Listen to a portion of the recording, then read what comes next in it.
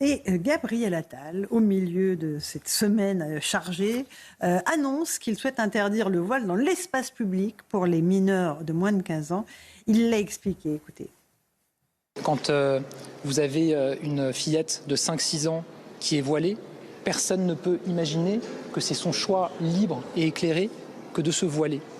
Et donc évidemment, ce qu'il y a autour, ça peut être des parents, ça peut être des associations qui sont dans une logique séparatiste et qui quelque part contraignent une jeune fille à adopter le voile ou adopter ce comportement. Et donc c'est évidemment ceux qui sont responsables de cette contrainte qu'il faut viser, pas une fillette de 5-6 ans qui a priori ne comprend même pas pourquoi est-ce qu'on lui demande de porter le voile.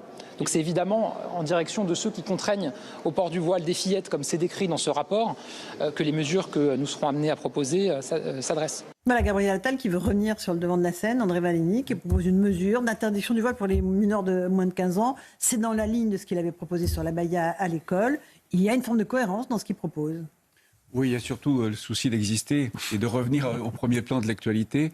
On sait que Gabriel Attal fait beaucoup de communication. Sur l'abaya, c'était différent parce que c'était l'abaya à l'école. Et c'était concret. C'était concret, c'était à l'école. Là aussi, ça peut être concret.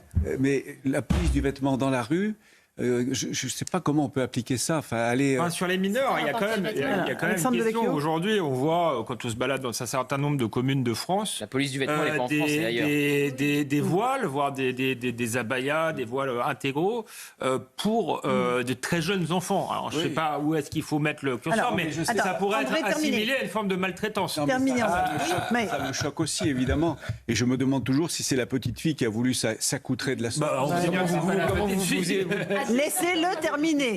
Laissez-le terminer, s'il vous plaît. Je m'interroge sur la faisabilité du contrôle. Est-ce qu'on va aller arrêter la petite fille, lui demander est-ce que c'est toi qui as voulu t'habiller comme ça ? Est-ce que c'est ta maman ? Non, mais franchement, soyez pragmatiques. Oui. Les grands principes, c'est bien, mais il faut voir l'applicabilité. Pourquoi on n'interdit pas de le vendre ?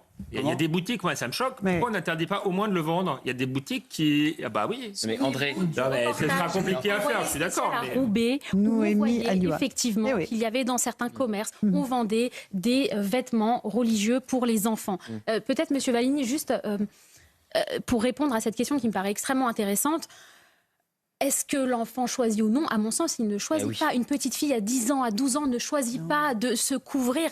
Et en plus, il faudrait lutter. C'est une très bonne proposition de Gabriel Attal, je trouve, au nom de la protection de l'enfance. Un enfant à 10 ans, à 11 ans, à 12 ans ne choisit pas de se vêtir de cette façon-là. C'est un vêtement qui sexualise. Et ça, les Iraniennes vous l'expliquent très bien. La burqa n'est pas n'importe quel vêtement. C'est un vêtement religieux qui sexualise une femme. C'est une façon de lui dire tu es un animal sexuel, il faut te couvrir. Bon, alors, il faut te couvrir. C'est André ce que veut dire le voile. Et ça, les Iraniennes vous l'expliquent très bien. Je le répète, je suis aussi choqué que vous quand je vois une petite fille ou une adolescente accoutrée de la sorte. Ça me choque énormément et je me sais bien que derrière, il y a une volonté d'embrigadement religieux de la part des parents.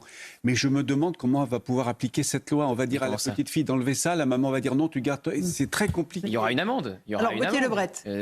Et sur l'initiative de Gabriel Attal. Alors, mais c'est toujours le fameux argument, c'est pas possible, on peut pas le faire. On l'entend surtout sur tous les sujets un peu complexes où si on prenait les choses plus frontalement, on pourrait faire bouger les lignes. Alors évidemment qu'il y a un calcul politique de Gabriel Attal avec concomitamment au rapport rendu public par Bruno Retailleau sur les frères musulmans. Il revient à ce qu'il faisait parce qu'il est le lundi de droite, le mardi de gauche, Gabriel Attal, donc c'est dur de suivre. Donc là, il revient à droite comme au moment où il était ministre de l'Éducation nationale. Entre-temps, il a appelé à voter la France insoumise. Au passage. Il faudra qu'il s'en explique d'ailleurs un jour. Oui, je pense que... On l'invite sur nos antennes. Il purgera... Enfin, je sais que certains de ses conseillers lui proposent de purger la question. Pourquoi pas sur CNews et Europe 1. Donc André, c'est totalement applicable. C'est-à-dire que si vous avez une gamine de moins de 15 ans qui porte le voile et qui est vue dans la rue par des policiers, il y aura une amende auprès des parents. C'est comme ça que ça va se passer. Et une enfant, une fillette qui plus est, ne choisit évidemment pas comment elle s'habille. Alors, Geoffroy ? Si je puis me permettre,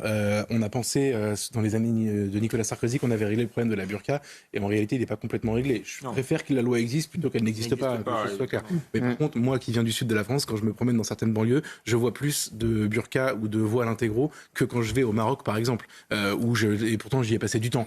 Donc ça veut dire que la loi, elle est contournée. Je me souviens d'un jour Nadine Morano dans une gare, c'est-à-dire un lieu public où il y a des policiers qui avaient interpellé des gens et des femmes qui étaient intégralement voilées, le voile intégral, et personne n'avait rien fait, la police n'avait rien fait, etc. Donc je pense que si on s'échappe du sujet religieux, liberté de conscience des enfants, qui est important, mais en fait c'est pas le vrai sujet. Le vrai sujet, c'est que c'est dérangeant de voir autant de voiles, et c'est une question culturelle. Ce sont les gens qui se voilent, qui font les voiles intégraux.